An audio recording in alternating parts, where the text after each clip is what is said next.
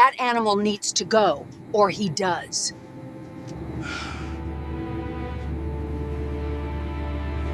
I paid for first class, and I will not sit next to this animal. Get it out of here now! He is my service dog, and he is staying right where he is.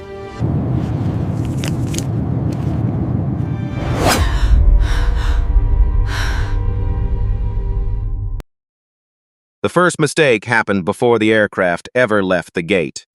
Linda Harper pointed at the dog beneath seat 3A and said, loud enough for half the first-class cabin to hear, "That animal needs to go, or he does."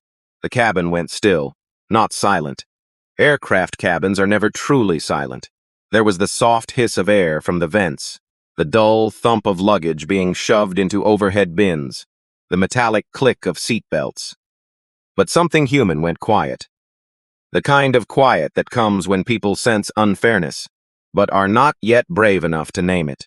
Thomas Reed sat by the window with one hand resting on the back of his service dog, Ranger. He was 58, broad-shouldered, gray at the temples, with the worn calm of a man who had seen worse rooms than this one. He wore a dark jacket, clean jeans, and polished brown boots. Nothing flashy. Nothing that announced money or rank. That was part of why Linda had judged him so quickly. Ranger lay folded neatly at Thomas's feet. The dog did not bark, did not lift his head, did not crowd the aisle. His breathing was slow and steady, like a metronome, trying to teach the cabin how to behave. Linda did not care. She leaned into the aisle from seat 3C, her pearl bracelet catching the overhead light as she jabbed one finger toward the floor. "I paid for first class," she said. "I did not pay to sit next to a dog." A few passengers looked down. A man in row 2 pretended to adjust his cufflinks while watching from the corner of his eye. A woman across the aisle tightened her grip on her phone, debating whether to record. No one spoke. Emily Carter, the flight attendant, stopped beside row 3, with a practiced smile that was already beginning to crack. "Mom, is there a concern?" Linda gave a short laugh. Not the kind that carried humor, the kind that carried entitlement. "A concern? Yes. There is an animal in the cabin. Right there, at his feet, and nobody told me."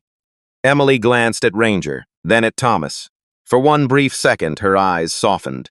She knew what a trained service animal looked like. She had seen pets in vests before. Nervous animals, restless animals, animals whose owners kept pulling treats from pockets to control them. Ranger was not that. He was still, focused, almost invisible. Emily opened her mouth, ready to explain policy. Then she looked at Linda again. The expensive coat, the sharp tone, the confidence of someone used to being obeyed. The decision formed on Emily's face before she said a word. "Sir," she said, turning toward Thomas instead of Linda, "we may need to discuss your seating arrangement." Thomas looked up slowly. He did not look surprised. That made the moment heavier. He had the expression of a man who had been here before, maybe not in this cabin, maybe not on this airline, but in enough places where people looked at him and saw inconvenience before humanity. "My seating arrangement," he repeated. His voice was low, controlled, no anger, no fear. Emily swallowed. "Yes, sir. If the animal is making another passenger uncomfortable, we may need to find a better solution." Linda sat back with a satisfied breath, as if justice had already arrived and taken her side. Thomas looked down at Ranger. The dog shifted only once, pressing closer to his leg. A small movement, loyal, protective, quiet. Across the aisle, an older man lowered his newspaper. His eyes moved from Thomas to Emily, then to Linda. He understood the shape of the situation. Many people did. But understanding is not the same as courage. Thomas gently rubbed Ranger's shoulder. "This dog is not bothering anyone," he said. Linda tightened. "He is bothering me." There it was. Not safety, not space, not policy. Me. Emily's smile faded another inch. "Sir, do you have documentation for the animal?" Thomas reached into the inside pocket of his jacket. Calmly, carefully. He moved the way men move when they know sudden gestures can be misread. He removed a folded packet and placed it on his lap. "I do," he said. Linda gave a small scoff. "Anyone can print paperwork." A few heads turned now. The words had gone too far. Even Emily felt it. Her cheeks warmed, but she did not correct Linda. Thomas did not answer the insult. He had learned long ago that some people wanted anger from him. They wanted volume. They wanted proof that their fear had been reasonable. So he gave them none of it. Only stillness, only dignity, only the quiet weight of a man who knew exactly who he was, even when others did not. Near the front galley, the cabin phone rang once. Emily glanced toward it. The boarding door was still open. The flight was already close to schedule. One delay could ripple through the entire afternoon. Linda crossed her arms. "Well," she said. Thomas lifted his eyes to Emily. "Before you make this bigger than it needs to be," he said, "I would suggest you check the passenger record carefully." Emily frowned.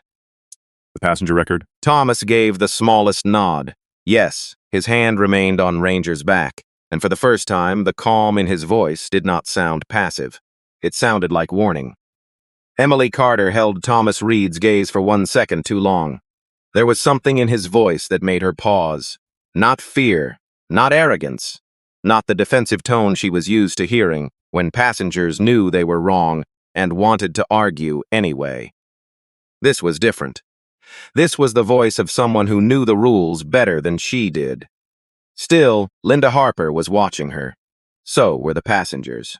And Emily could feel the old pressure of the job pressing against her ribs. Keep the cabin calm. Keep premium passengers happy. Keep the flight on time. Do not let one complaint become a report. She looked down at the folded packet on Thomas's lap. "Sir, I can review the documents," she said. Thomas handed them over without a word. His fingers were steady. Emily noticed that. She also noticed the scar along the back of his right hand, pale and jagged, disappearing beneath his sleeve. She wondered where it came from, then pushed the thought away. Her job was not to wonder. Her job was to move the flight. Linda leaned toward the aisle. Finally, she muttered. Ranger remained at Thomas's feet, his head low, his body tucked so tightly beneath the seat that even a rolling bag could pass without touching him. His ears moved once when Linda spoke, then settled again. Emily opened the packet. There was a letter from a licensed physician, a veterinary vaccination record, training certification from a service dog organization in Virginia. Everything looked complete. More than complete. The papers were organized in plastic sleeves, dated, signed, and clear. Emily felt heat rise in her neck. This should have ended the matter. But Linda was not looking for facts. She was looking for victory. "Well?" Linda asked. Emily took a breath. "Mom, the documentation appears to be in order." Linda's mouth opened slightly, then hardened. "Appears?" Emily chose her next words carefully. "The animal is trained, controlled, and permitted to travel with the passenger." Linda gave a sharp little laugh. "Permitted by who?" "Because I was not asked. I have allergies. I have anxiety around dogs. I have rights, too." A man in row 2 shifted uncomfortably. The woman across the aisle finally lifted her phone higher. Not quite recording yet, but close. People were beginning to understand that this was no longer about comfort. It was about power. Thomas looked straight ahead. He could feel the stares. He had felt them in airport lounges, restaurants, hospital waiting rooms, and once, years ago, at a memorial service, where a stranger asked if he was part of the cleaning staff. The body remembers things the mind tries to forgive. His thumb moved slowly over Ranger's fur. The dog felt the change in him. Not fear, not panic, just the tightening, the old storm behind the ribs. Ranger pressed his shoulder against Thomas's boot. That small pressure brought Thomas back to the present. Emily lowered her voice.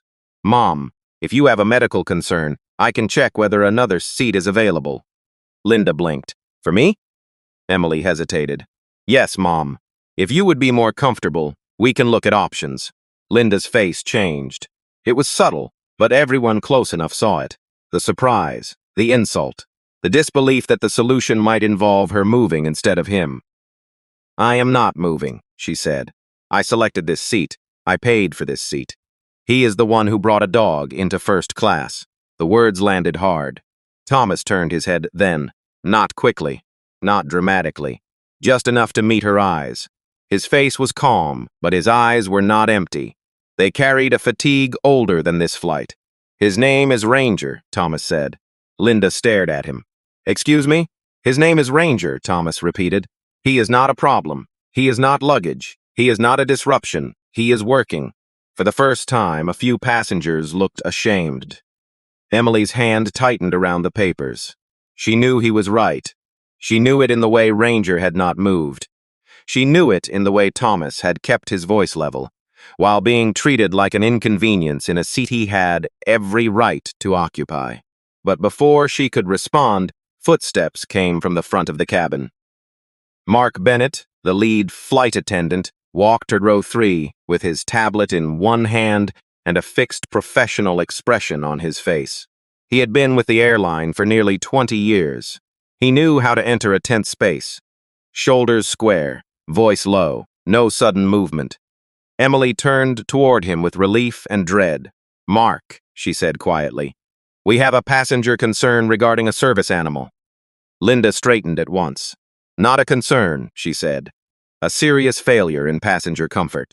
Mark stopped beside the row and looked down at Ranger. The dog looked back once, then rested his chin on Thomas's shoe. Mark's eyes flicked to Thomas. "Sir, I'm Mark Bennett, lead attendant for this flight. I understand there is an issue we need to resolve." Thomas took the documents back from Emily and placed them neatly on his lap. "There is no issue with me," he said. Linda scoffed. "Unbelievable." Mark glanced at her, then back at Thomas. "Sir, no one is accusing you of anything. But when another passenger raises a concern, we are required to review the situation." Thomas nodded once, then review it properly. The words were quiet, but they cut clean. Mark's expression tightened, not with anger, with recognition. He had heard that kind of sentence from attorneys, federal inspectors, and corporate compliance people. People who did not threaten, people who documented. He looked at his tablet and typed Thomas's name, Thomas Reed, then he froze. Only for half a second, but Thomas saw it. So did Emily. Mark's thumb hovered above the screen. His eyes moved over the passenger notes, then back to Thomas. Something in his face lost its certainty. Linda did not notice. She was too busy waiting to be validated. Mark swallowed. "Mr. Reed," he said, his voice a little lower now, "may I speak with you privately for a moment?" Thomas did not move. "No," he said. "Anything about my right to sit here can be said right here." Mark Bennett did not answer right away. That was the first thing the cabin noticed. He had arrived with authority in his shoulders. The kind of authority that usually made people lower their voices and accept whatever came next. But now he stood in the aisle with his tablet in his hand, looking at Thomas Reed as if the floor had shifted under him. Emily saw it too. Her stomach tightened. "Mark," she said softly, "is everything okay?" Mark blinked, then cleared his throat. "Yes, everything is fine." But his voice had changed. Linda Harper leaned forward, irritated by the pause. "Then handle it," she said. "I do not understand why this is taking so long. He has a dog in first class, and I am uncomfortable. That should be enough." A few passengers reacted this time. Not loudly, just little signs. A lifted eyebrow, a slow turn of the head, a quiet breath through the nose. Linda heard none of it. People like her often mistook silence for support. Thomas heard all of it. He kept his hand on Ranger. Mark looked back down at the tablet. There was a special note attached to Thomas Reed's passenger profile. It was not long, but it was the kind of note crew members were trained not to ignore. Verified guest, federal liaison contact on file. Do not separate passenger from service animal without compliance review. Mark felt his mouth go dry. He tapped the screen once, hoping he had misread it. He had not. Thomas watched him with that same controlled stillness. "You found the note," Thomas said. Mark's eyes lifted. The words were not loud, but they seemed to pass through the cabin like a cold draft. Linda frowned. "What note?" Mark did not answer her. "Miss Reed," he said carefully, "I apologize if this has been handled in a way that felt confrontational." "Felt?" Thomas repeated. The words sat there. Emily looked down. Mark took a breath. "Was confrontational," he corrected. "I apologize if this was handled in a confrontational way." Linda's face flushed.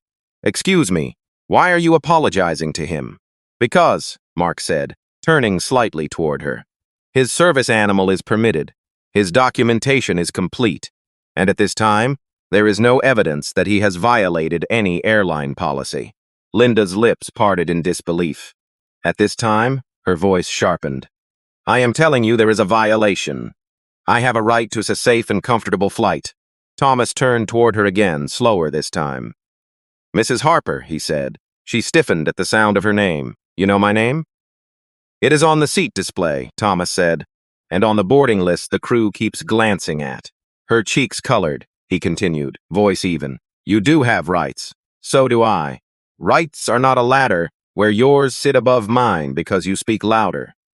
The cabins went still again. This time the silence was different. It was not fear. It was attention. Linda looked around, as if expecting someone to come to her defense. The man in row 2 suddenly found great interest in his folded napkin. The woman across the aisle finally pressed record, her thumb trembling slightly, not out of excitement, but out of the feeling that something important needed to be preserved. Emily shifted her weight. Mom, we can check for another seat if you feel uncomfortable. Linda snapped her head toward her. I already said I am not moving. Then what exactly are you asking for? Thomas asked. Linda glared at him. I am asking for basic standards. Thomas nodded once, as though he had expected that answer. Basic standards, he said softly. Then his eyes dropped to Ranger. For a moment, his voice slowed. The sharp edge faded, and something more human came through. This dog has woken me from nightmares when I could not breathe. He has pulled me away from panic in grocery stores, at intersections, and in parking lots when a car backfired, and my mind thought I was somewhere else. He has stood between me and the kind of darkness people like to thank veterans for surviving, but rarely want to sit beside. No one moved. Even the engine hum seemed softer. Thomas looked back at Linda. So, when you call him a disruption, understand what you are really saying. You are saying the thing that helps me live should disappear because it makes you uncomfortable. Linda looked away first. It lasted only a second, but everyone saw it. Mark's face had gone pale. Emily's eyes were wet, though she blinked fast and forced them clear. She had a brother who came back from Afghanistan quieter than he left. She had never known what to say to him. Listening to Thomas, she suddenly understood that while politeness was not the same as compassion. From the front of the aircraft, the cabin phone rang again. Mark picked it up from the wall near row 1. His back was turned, but the cabin could hear pieces. Yes, Captain. Yes, I'm with the passenger now. Documentation is valid. No, he has not been disruptive. A pause. Mark's shoulders tightened. Understood. He hung up. Linda's eyes narrowed. What did the captain say? Mark turned back slowly. The captain has been informed of the delay, he said. Ground operations has also been notified. Linda sat back, satisfied again. Good. Mark looked at Thomas, Mr. Reed. Captain Collins would like to avoid any additional delay. He has asked whether you would be willing to relocate to a comfortable seat further back in the cabin. With Ranger, as a courtesy. The word courtesy hit harder than a command. Thomas's face did not change, but Ranger lifted his head. Emily felt the mistake before anyone spoke. Thomas looked at Mark. A courtesy to whom? Mark hesitated. The cabin waited. Thomas leaned back, his voice calm, but colder now. Be careful before you answer. Mark Bennett did not answer fast enough. That was his second mistake. Linda Harper seized the silence like it belonged to her. A courtesy to the entire cabin, she said sharply. Some of us would like to take off without this unnecessary drama. Thomas turned his eyes toward her, not with anger, but with something worse for her. Clarity.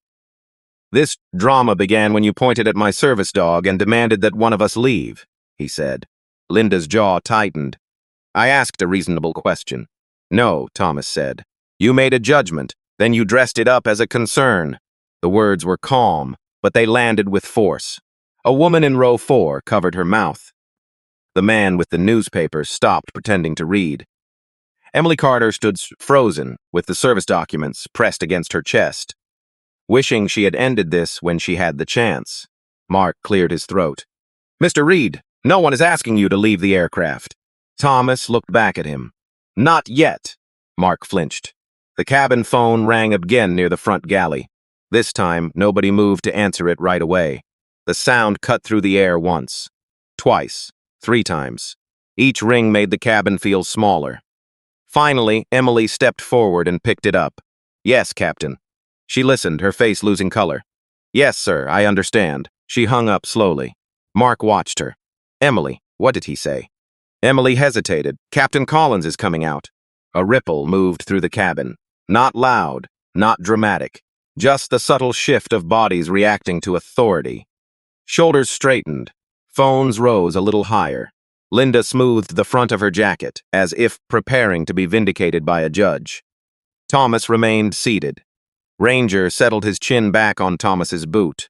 A few seconds later, the cockpit door opened.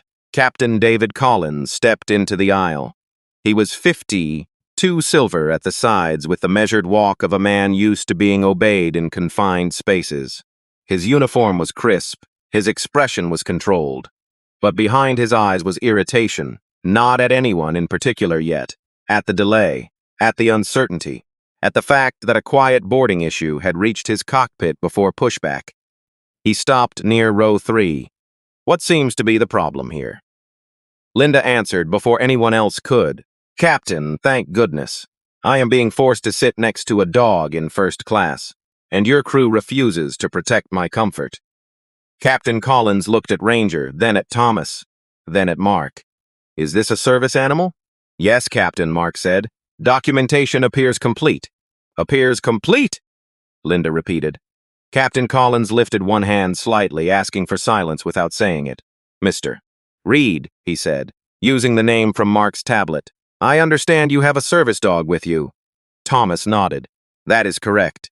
And you are unwilling to relocate to another seat if one is available? Thomas looked at him steadily. I am unwilling to be moved because another passenger does not like the presence of my medical accommodation. The phrase medical accommodation changed the air. Captain Collins knew the weight of those words. Every airline employee did. They were not casual words.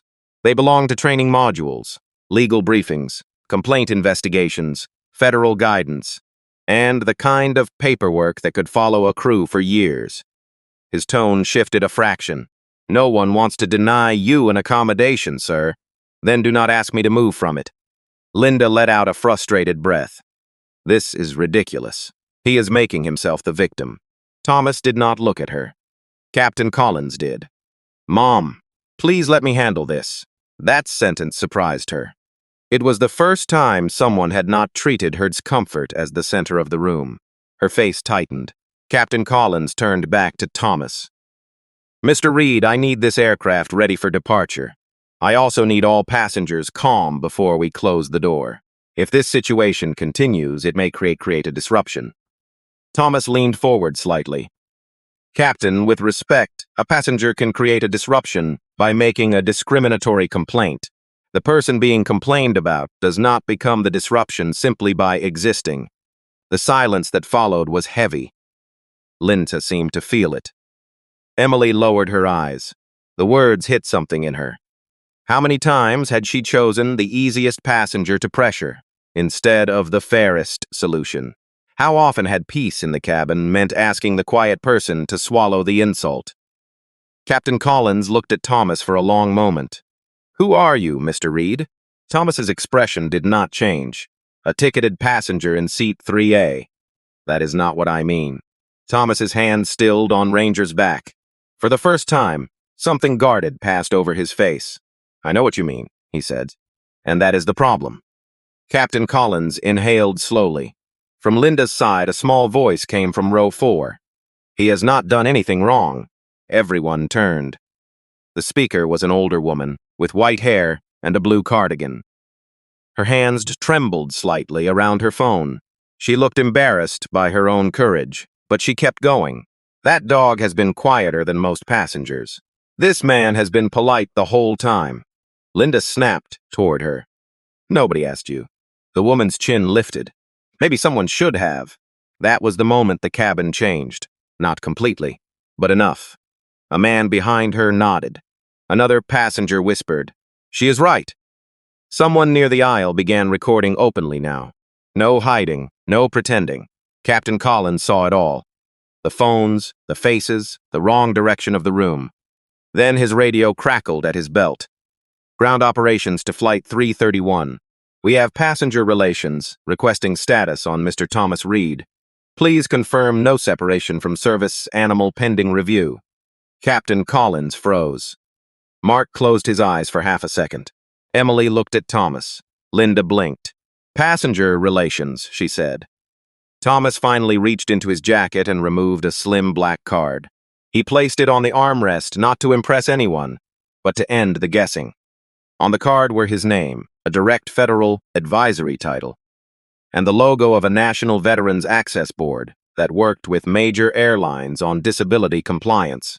Captain Collins stared at it. Thomas's voice stayed quiet. "I was on this flight to evaluate your service animal procedures after 3 complaints from disabled veterans this quarter." No one breathed. Then Thomas looked at Linda, then the crew, and so far, he said, "The system is failing." Captain Collins looked at the black card as if it had changed weight in the air. For a few seconds, no one spoke. The cabin still hummed around them. Air flowed from the vents. A baby cried somewhere near the rear, then quieted. A suitcase wheel clicked as a late boarding passenger froze near the galley, unsure whether to move forward or step back. But row 3 did not move. Linda Harper stared at Thomas Reed's card. Her confidence did not disappear all at once. It cracked in small places first, around the mouth, around the eyes, in the way her fingers tightened over the armrest. "You are evaluating this flight?" she asked. Thomas picked up the card and placed it back inside his jacket. "I am evaluating the airline's response," he said. "Not you, personally." Linda let out a stiff laugh. "Well, it feels personal." Thomas looked at Ranger. "It became personal when you asked that my medical support be removed from my side." The words struck the cabin harder than Linda expected. Not because Thomas raised his voice. He did not. But because he had stripped the argument down to its truth. No polish. No disguise. No polite language covering an ugly demand. Captain Collins shifted his stance. "Mr. Reed, I need to contact ground operations and passenger relations immediately." Thomas nodded. That would be wise.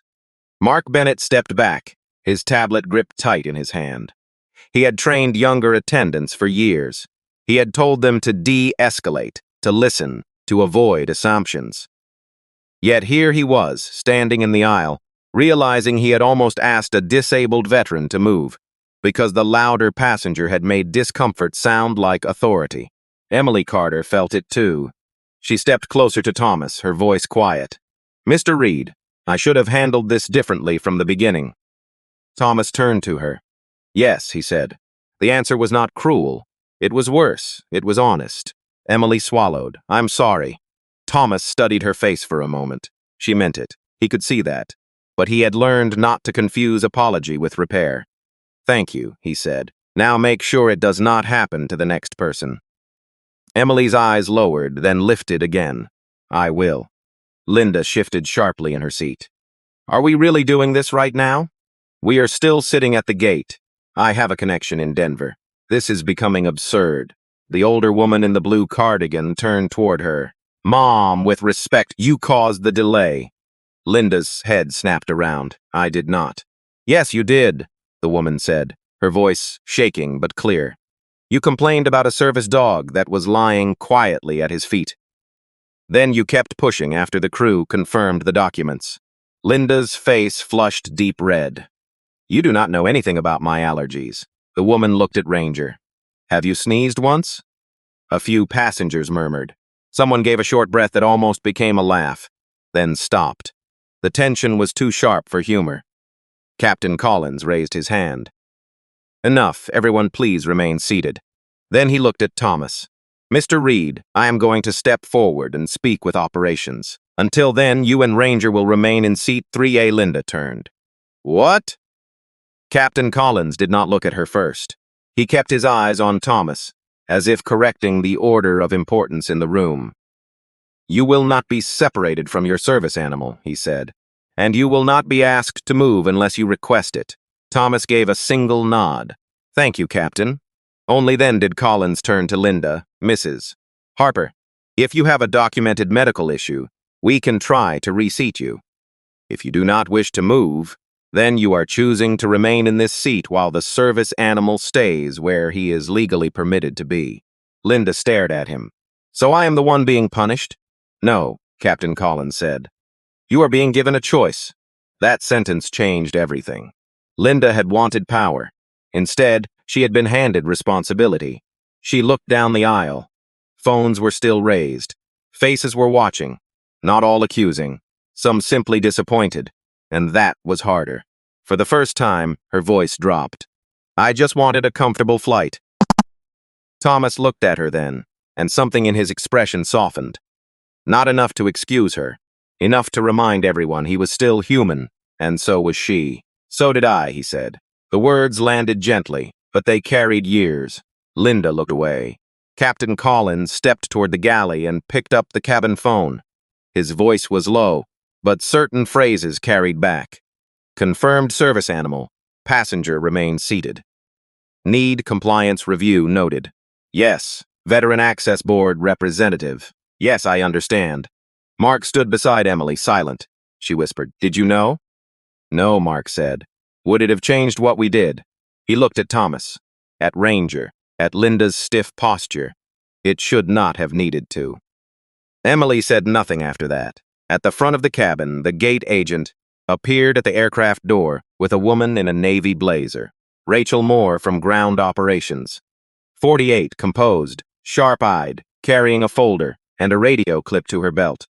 She did not rush. People who knew how to take control rarely needed to. She walked straight to row 3.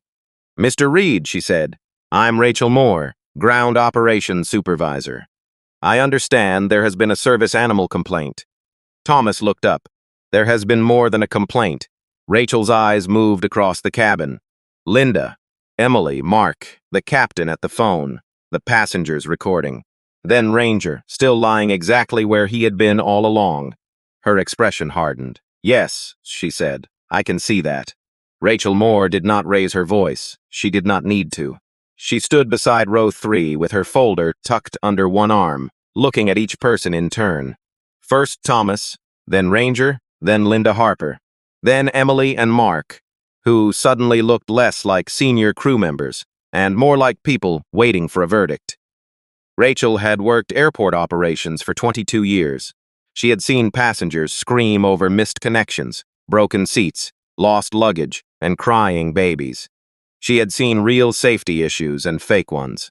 She had learned to hear the difference between a concern and a demand, wearing a concern's coat.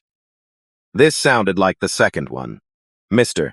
Reed, she said, may I confirm that Ranger has remained under your control the entire time? Thomas nodded. Yes. Has he barked, lunged, blocked the aisle, or interfered with boarding? No. Rachel looked at Emily. Is that accurate? Emily's mouth tightened. Yes. Ranger has been quiet the entire time. Rachel turned to Mark. And the documentation? Complete, Mark said. Physician letter, vaccination record, training certification, and passenger profile note. Rachel's eyes sharpened. Passenger profile note? Mark glanced at Thomas, then back at Rachel. Federal liaison contact on file. Compliance review required before any separation from the service animal. Rachel slowly closed her folder. Then why was relocation being discussed? Nobody answered. The silence was not empty. It was full of guilt. Captain Collins returned from the galley phone, his face controlled but tight. Ms. Moore, operations wants this resolved quickly. Rachel did not look away from Mark. Then let us resolve it correctly. Linda sat forward. Excuse me. I would like it noted that I am also a paying passenger. I have been made uncomfortable from the moment I sat down. Rachel turned toward her with professional calm. Mrs. Harper, I understand you feel uncomfortable. Feel? Linda repeated. I am uncomfortable. Rachel nodded. Then we can offer you another first-class seat if one is available. If not, we can explore other options at the gate, including rebooking. Linda stared at her. Rebooking me? Rachel's voice stayed even. You are the passenger, objecting to a legally permitted service animal that has not caused a disruption. Mr. Reed is seated in his assigned seat with a documented accommodation. We cannot remove his accommodation because another passenger dislikes it.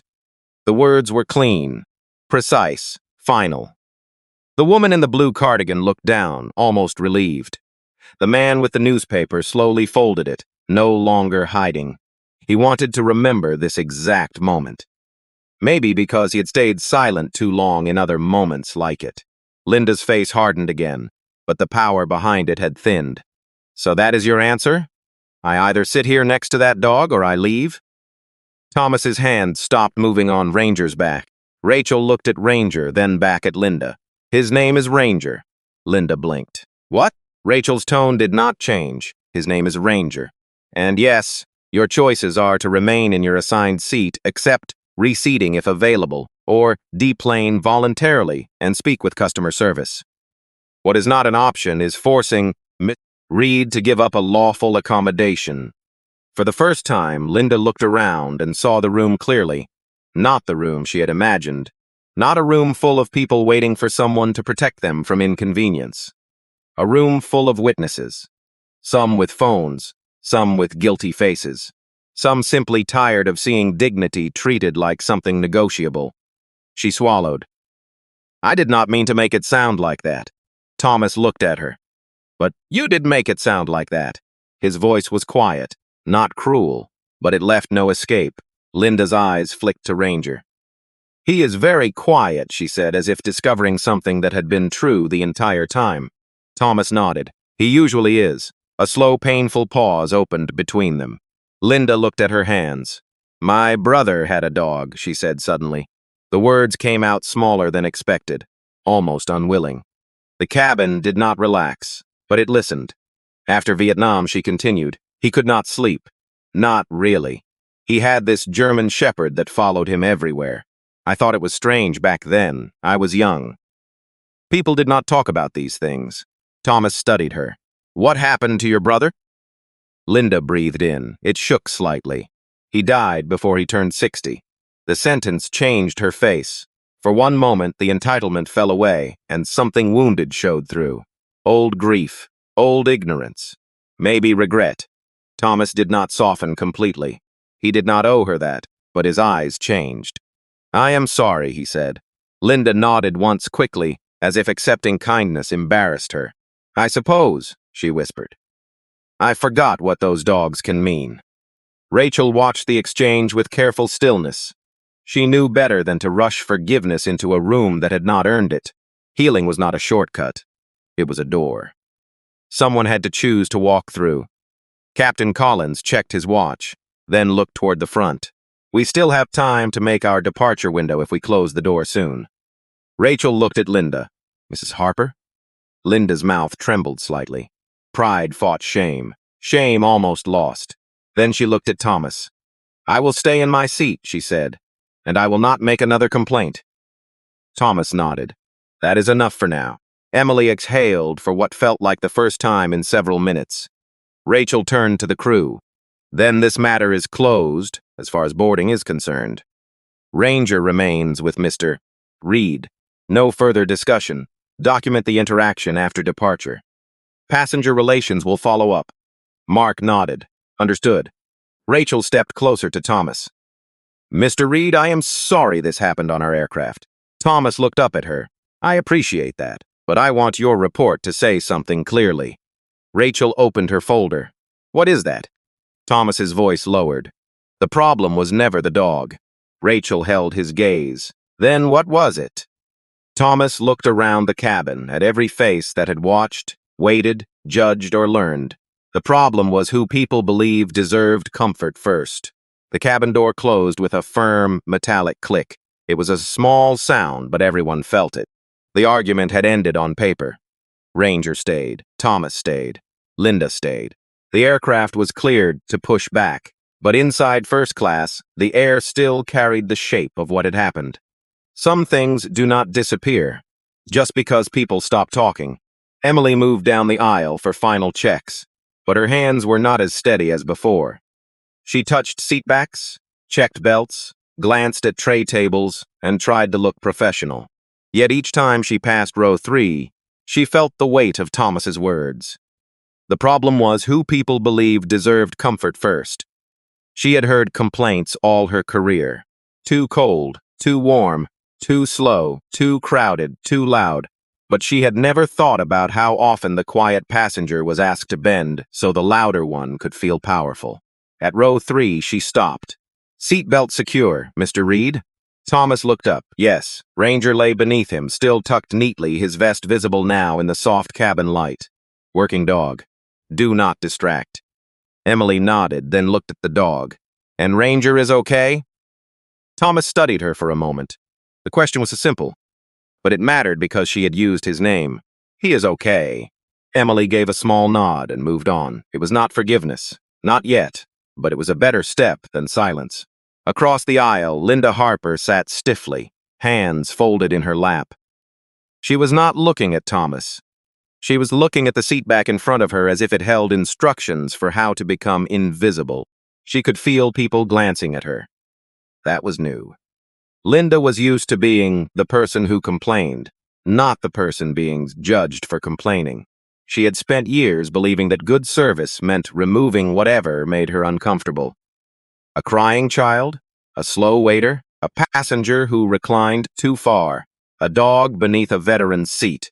But now her brother's face would not leave her mind. Eddie Harper. 19 when he left for Vietnam. 40 when she finally understood. He had come home with something no one could see. He used to sit in the garage with his shepherd, Duke, one hand buried in the dog's fur, staring at nothing. Linda had been embarrassed back then, when Duke followed him into restaurants or sat beside him at family gatherings. She had called it strange. She had called it dramatic. Now, decades later, in a first-class cabin at the gate, she had used almost the same cruelty on a stranger. The realization made her throat tighten.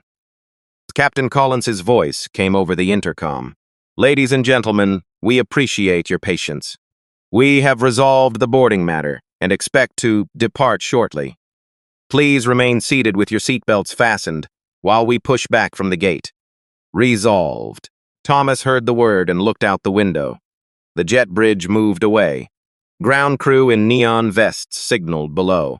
Rain streaked lightly across the glass, turning runway lights into blurred lines of gold and red. Resolved was a clean word, too clean. Nothing about humiliation felt resolved while the body was still carrying it. Ranger lifted his head and nudged Thomas's knee. Thomas breathed in slowly, then out.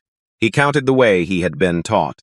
In for 4, hold for 4, out for 6. The cabin faded slightly. Not gone, just softer. Ranger stayed with him, warm and real, anchoring him to the aircraft instead of the memory. Thomas placed 2 fingers behind the dog's ear. "I'm here," he whispered. Ranger blinked. Linda heard him. She turned just a little, not enough to intrude. Enough to see the quiet ritual between man and dog. There was no performance in it, no attempt to win sympathy. Just need, just trust, just survival made ordinary.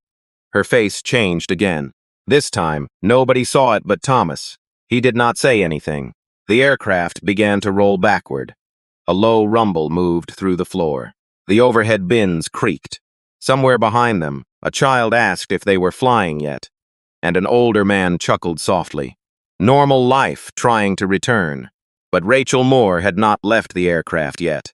She stood near the front with Mark Bennett, speaking in a low voice while the cabin crew prepared for taxi.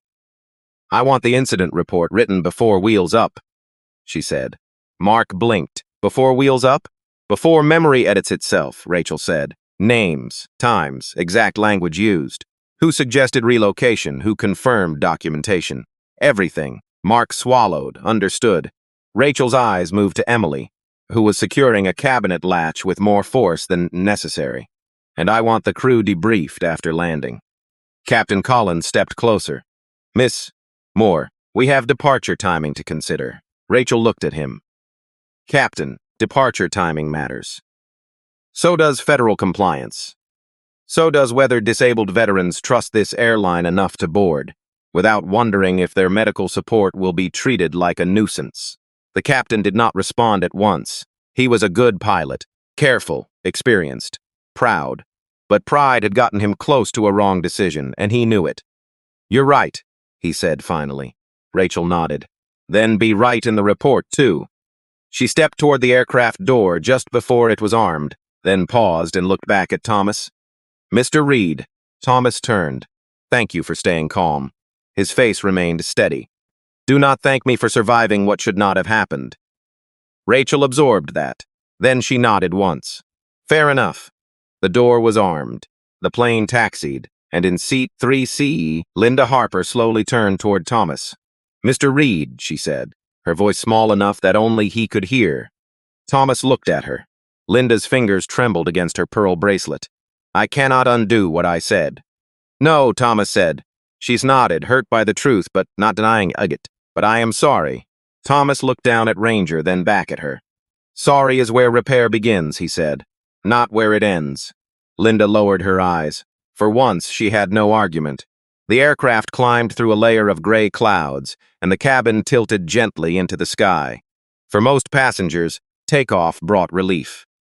The long wait was over. The engines settled into their deep, steady roar. The seatbelt sign glowed above them. The flight had finally become what everyone expected it to be, a trip from one city to another. But for Thomas Reed, the hardest part was not the delay. It was the return to normal. That was the part people misunderstood. A person could be humiliated in public, then expected to sip water, accept peanuts, and behave as if nothing had happened. The world moved on quickly when the wound was not on its own skin. Thomas looked out the window as the ground disappeared beneath the wing. Streets became lines. Cars became dots. The airport became a small square of concrete behind them. Ranger stayed pressed against his boot. Linda Harper sat across the aisle with both hands, folded so tightly her knuckles had gone pale. She had apologized. She meant it. But apology had left her sitting with herself, and that was not easy. Regret is quiet, but it is not gentle.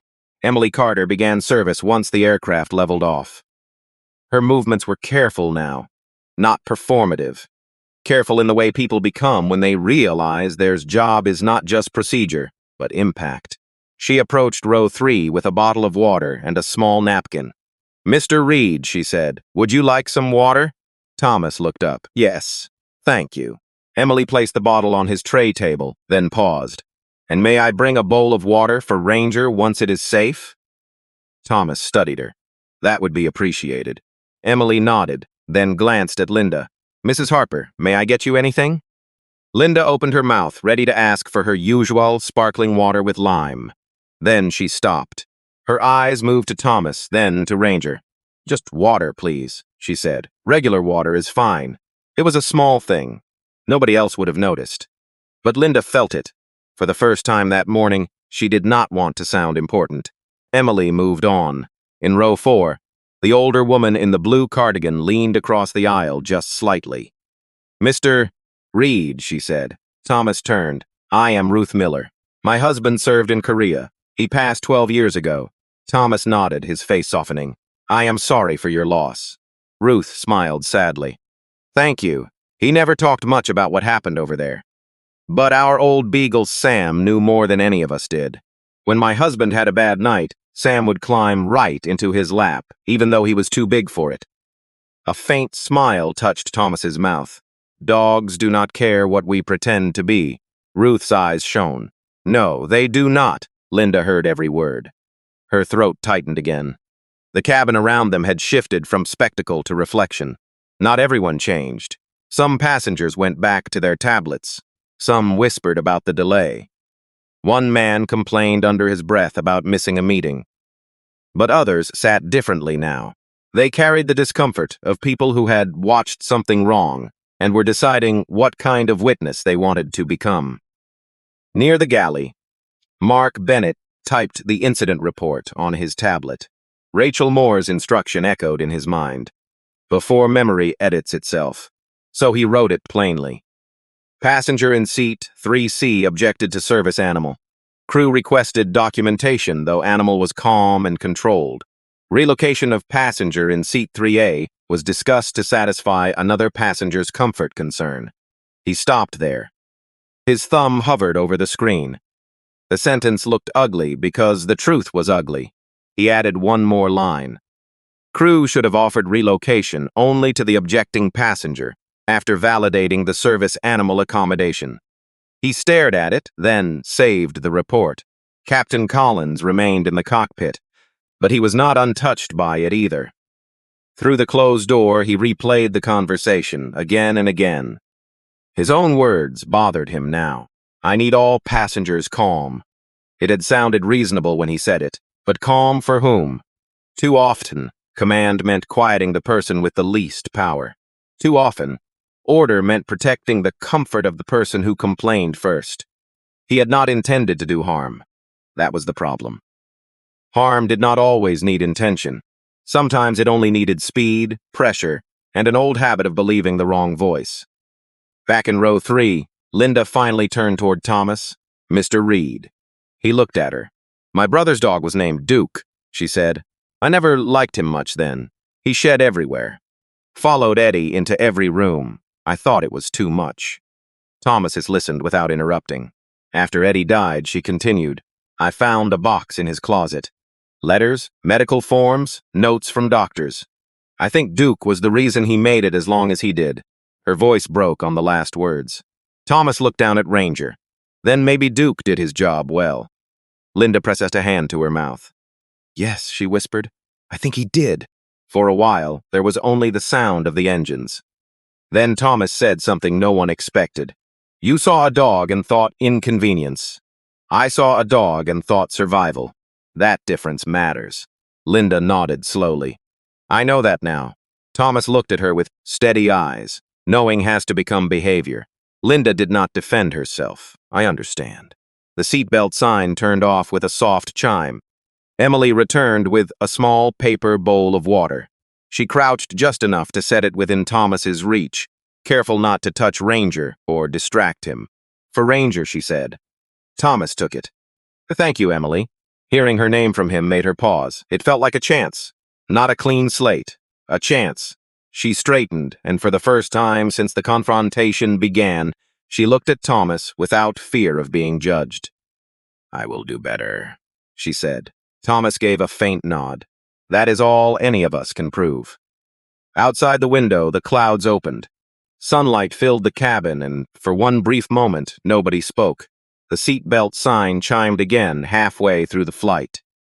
A thin ribbon of turbulence passed under the aircraft, just enough to make glasses tremble and shoulders tense. The cabin lights dimmed a little. Outside, the sky had turned a hard blue above the clouds, beautiful in the way only distance can be beautiful. Thomas Reed felt Ranger shift beneath him. Not fear, alertness. The dog lifted his head and looked up, ears slightly forward. Thomas followed his gaze and saw Linda Harper gripping the armrests across the aisle. Her eyes were closed. Her breathing had become shallow. She was trying to hide it. That made Thomas notice more. Linda had spent the first part of the flight, demanding comfort from everyone else. Now discomfort had found her quietly, without permission. Her face had gone pale. One hand moved toward her chest, then away as if she did not want anyone to see. Thomas leaned slightly toward the aisle. Mrs. Harper. She opened her eyes. I am fine. The words came too fast. Thomas did not argue. Do you need help? No, just turbulence. But the aircraft had already steadied. Emily Carter was a few rows ahead, collecting cups. Thomas looked toward her. Emily. Kit. She turned at once. Something in his tone made her move quickly. Can you check on Mrs. Harper? Linda shook her head. I said I am fine. Emily crouched beside her seat, careful and calm. Mrs. Harper, are you feeling dizzy? Short of breath? Chest pain? Linda looked embarrassed now, almost angry with her own body. I just need a minute. Ranger stood, not fully into the aisle, not in a way that blocked anyone. He rose only enough to place his front paws steady and his head angled toward Linda. His training was visible in every inch of him. Controlled, focused, waiting. Linda stared at him. He knows, Thomas said quietly. Knows what? When someone is in distress. Linda swallowed. I am not in distress. Then her breath caught, just once, but it was enough. Emily stood quickly and pressed the call button near the galley. Mark Bennett came down the aisle, followed by a man from row 5, who had already unbuckled his seatbelt. I am a retired paramedic, the man said. Name is George Alden. May I? Emily looked to Linda. Mrs. Harper? Linda nodded, fear finally breaking through pride. George knelt in the aisle. He was in his late 60s, with steady hands and the quiet face of a man who had walked into emergencies for most of his life. Mom, look at me. Slow breath in. Good. Again. Linda tried, her eyes filled. I'm sorry, Sherry whispered. I do not know why this is happening. George checked her pulse at her wrist. Could be anxiety. Could be blood pressure. Could be a lot of things. We are going to take it seriously. Captain Collins's voice came through the intercom a moment later. Ladies and gentlemen, we have a passenger needing medical attention. Please remain seated unless requested by the crew. The cabin changed again. No whispers now, no judgment, no phones lifted high. People watched with concern, but softer this time. The same first-class cabin that had treated Thomas's needs like a debate was now witnessing another truth. Vulnerability does not ask whether you deserve it before it arrives. Ranger remained near Thomas's leg, eyes fixed on Linda. Linda looked at him, tears slipping down before she could stop them. He is watching me. Thomas nodded. That is part of his work. After what I said to him, Thomas looked at Ranger, then back to her. He does not hold grudges. People could learn from that. The sentence was gentle, but it did not excuse. It invited. Emily brought oxygen from the forward kit. Mark retrieved the medical bag. George asked simple questions. Medication, history, recent stress. Linda answered between breaths, each answer so smaller than the last. I skipped breakfast. I had coffee. My brother's birthday would have been today. That last sentence made Thomas look up. Linda closed her eyes. I did not realize that was why I was so angry. Nobody spoke for a moment. There it was, not an excuse, a root. Grief had entered the cabin, wearing arrogance. It had pointed at a dog and called him a problem. It had mistaken old pain for present danger, and it had hurt someone who had already carried enough. Thomas knew that kind of confusion. He had lived it. After a few minutes, Linda's breathing slowed. George stayed beside her until her color returned. Emily handed her a cup of water with both hands. You are going to be okay, Mrs. Harper. Linda nodded weakly. Thank you. Then she turned to Thomas, not to the crew, not to the witnesses. To him, Mr. Reed. Thomas met her eyes. I was afraid before I was cruel, she said. But that does not make the cruelty right. Thomas held her gaze. No, it does not. She wiped her cheek with the back of her hand. I am sorry to you. And I am sorry to Ranger. Ranger sat back down beside Thomas's boot, as if the matter were simple. Linda gave a broken little smile. He accepts? Thomas looked at the dog. Ranger accepts calm behavior. Linda nodded. Then I will try to offer that. The aircraft continued west, steady now. In the galley, Emily stood beside Mark, watching row 3. I thought this job was about managing passengers, she said quietly. Mark looked tired. So did I. Emily folded the used napkin in her hand. Maybe it is about seeing them first. Mark did not answer, but his face said the lesson had landed. Thomas leaned back as Ranger settled again beneath the seat. The cabin had not become perfect. People had not become saints in an hour, but something had shifted. A woman who had demanded removal had needed care. A dog like such she had rejected had noticed her distress. A man she had insulted had asked for help on her behalf. That was not weakness. That was dignity. And dignity, once shown clearly, can make a small room feel larger than it is. By the time Flight 331 began its descent, the cabin felt nothing like it had at the gate. The same seats were there, the same overhead bins, the same narrow aisle, the same soft lights above polished armrests and half-empty cups, but the people inside had changed in small, visible ways. Emily Carter walked through first class with slower steps now. She checked on passengers, but her attention carried more care. When she reached Thomas Reed, she did not lean over him like a person managing a problem. She stopped beside him like a person approaching another person. "Mr. Reed, we will be landing soon," she said.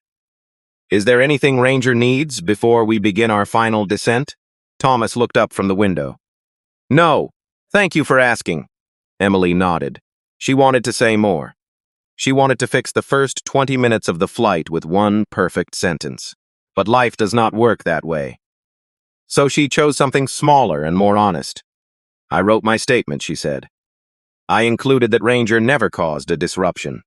Thomas studied her face. "And that I turned to you first when Mrs. Harper complained," she added. "That was wrong." Thomas gave a faint nod. "That matters." Emily swallowed. "I hope it does." "It will," he said, "if you let it change how you work." Across the aisle, Linda Harper sat quietly with a cup of water in both hands. Her breathing had steadied. Her color had returned. But her pride had not fully recovered, and that was probably a good thing. Pride sometimes needs to break before compassion can get through. She looked down at Ranger. The dog lay calmly against Thomas's boot, unaware of status, wealth, cabin class, or public embarrassment. He only knew the work. Watch, listen, steady the person who needed him. Linda turned to Thomas. "Mr. Reed," she said softly. He looked at her. "When we land, I am going to contact my nephew. He served in Iraq. We have not talked much in years.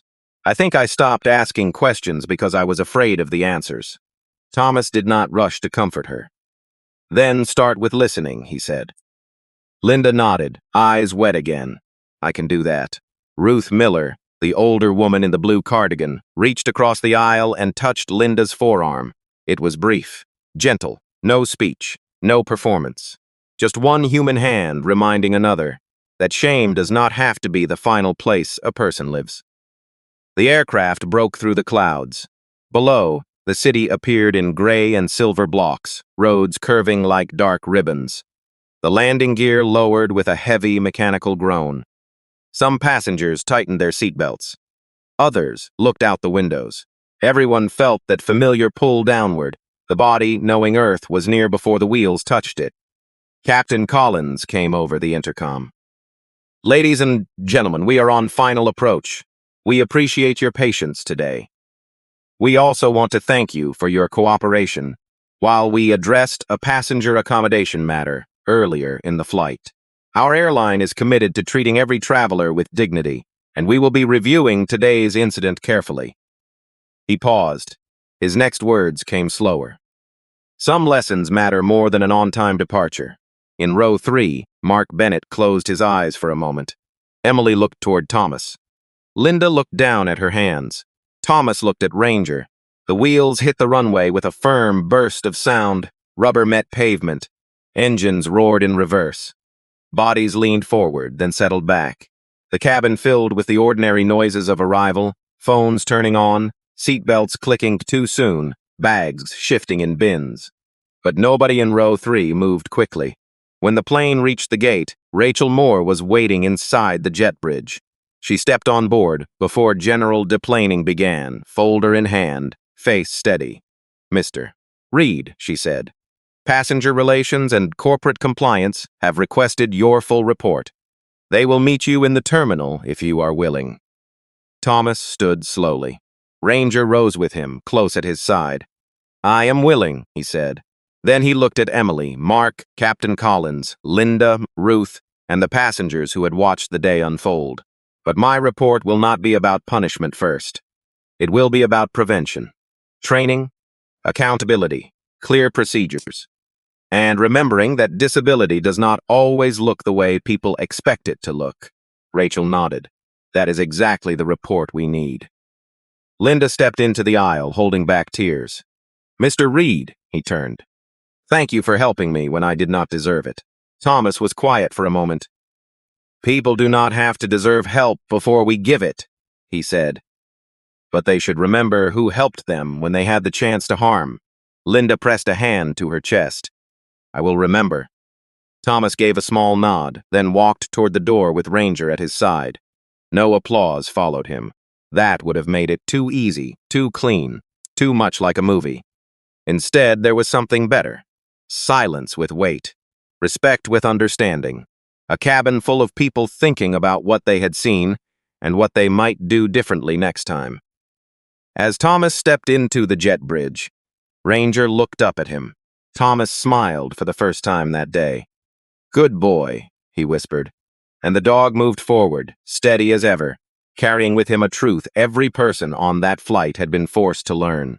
Comfort is not the same as dignity. Policy is not the same as justice. And respect should never depend on whether someone has the power to hold you accountable. If this story reminded you to look twice before judging someone, hit like, subscribe for more stories about justice and human dignity, and comment, never stay silent.